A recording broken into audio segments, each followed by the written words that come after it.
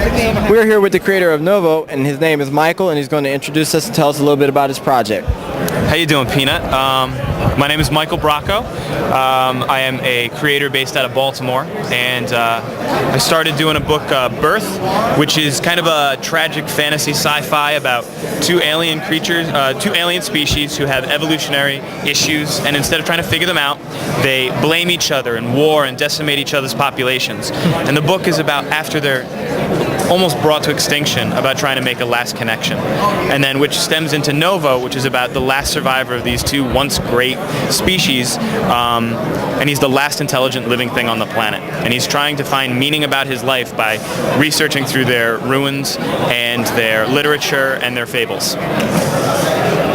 Wow, that's deep. I try. It's like, no. And how long have you been illustrating and doing this? I went to college to do children's books, and every time I sat down with a children's book publisher, they would tell me that they liked my stuff, but I would really screw up kids and try comics. And I wasn't really into comics before that. Okay. And I had friends like, oh, you got to read this and you got to read this, and I just totally immersed myself into it, and have been obsessed with it ever since, which is about 10 years ago. Birth I started in 2005, and when it got picked up, I've been publishing ever since. Now, who is your? Because I don't know anybody of this style, so that makes you unbelievably original and unique. Who helped you to get this? What did you fuse in your head to become this style? What made you start drawing and then say, I'm taking it to the next level? Artist in general or writer in general? Who is your mecca of? Again, a lot of my influences were filmmakers, Luc Besson, Terry Gilliam, and a lot of my influences as far as art goes were non-comic influences. The comic influences definitely came later. I loved Maurice Sendak and Shel Silverstein and Winsor McKay, and then when I got into comics and I already had like sort of a set style, then I got influenced by a lot of, of course, like early Frank Miller and. See, the other three I mentioned earlier, I gotta look those up because I'm just like, okay, I don't know the three. Oh yeah, they're amazing. The ones outside comics that are, okay. Yeah, so for me it was, and I still think that this is important. I mean, comics is a place that you can do anything, and it doesn't have to be heroes, and it doesn't have to be like, as this show is all about. Okay. And I think that, like, with my influences being mostly in film and mostly in children's books, it definitely, I feel lucky to have something outside of just comic influences. All right, well, let the people know your website and how to get a hold of you. Okay. You can find me in everything that I'm into. I also have the line of apparel as well. My website is spaghettikiss.com, and you can find my books and a lot of other like killer books on alternacomics.com, who's my publisher. All right, thank you very much. Sweet.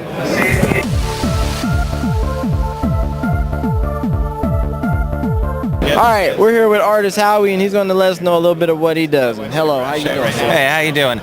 My name's Howie Noel, HC Noel on my books. I'm the creator of Mr. Scoodles, which is published by Alterna Comics. And also, my newest venture is this Wednesday, I'm going to be debuting my first full webcomic called Terranormal at terranormal.com. So it's like a supernatural, like Scooby-Doo meets X-Files kind of thing. And that's starting this Wednesday every week. If only Scooby-Doo could get so legit over the years. He's still a... No, I won't go in there. Better than Scrappy, right? Yeah. And the goofy cousin one. He don't exist. No. Don't talk about the cousin. It's out of continuity. But how long have you been in this? How long have you been?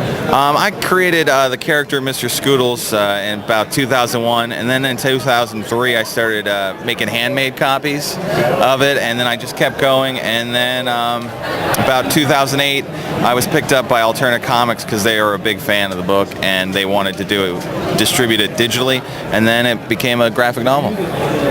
So I see you got pinups as well. You're a comic fan of all genres. Big fan of all genres. Got Joker's a big seller, of course, but I do all the the whole cast. I'm big into caricatures. I'm a professional caricature artist too, so drawing likenesses is what I'm really into, capturing faces and stuff. I love the nurse Joker. Yeah, that was priceless. that is a popular one too.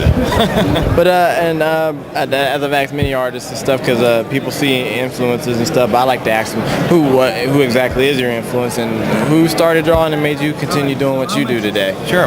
First and foremost is my mother was an artist, so got to give her, of course, all the credit. She was a big influence on me, and big comic book artist that was influenced me is Mort Drucker. He drew for Mad Magazine, does the movie satires. He's the best. He's just flat out the best. And I also like creators like R. Crumb, and of course all the Walt Disney early animation, like Steamboat Willie. That's my kind of stuff. All right. Tell the people the website to go see your... Sure. My personal website is hcnoel.com, and it's HC Noel, and Terranormal debuts this Wednesday, so that's terranormal.com. So instead of paranormal, Terranormal with a T. So check it out. While you're watching this, it's out right now. Go to it right now.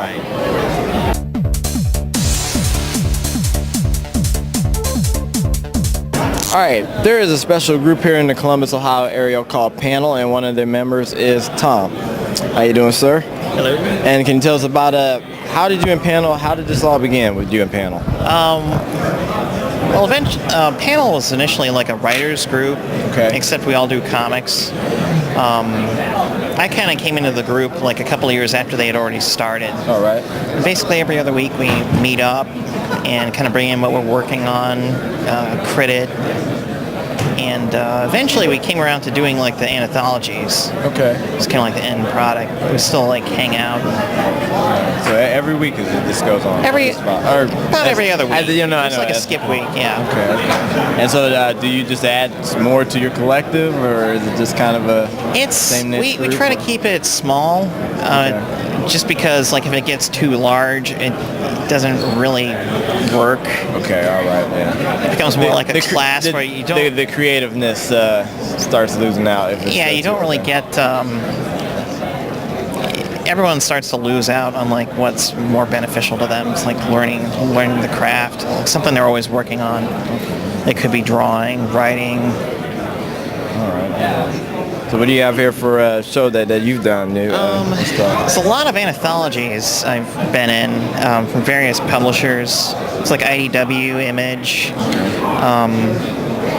Desperado, and some minis I've done.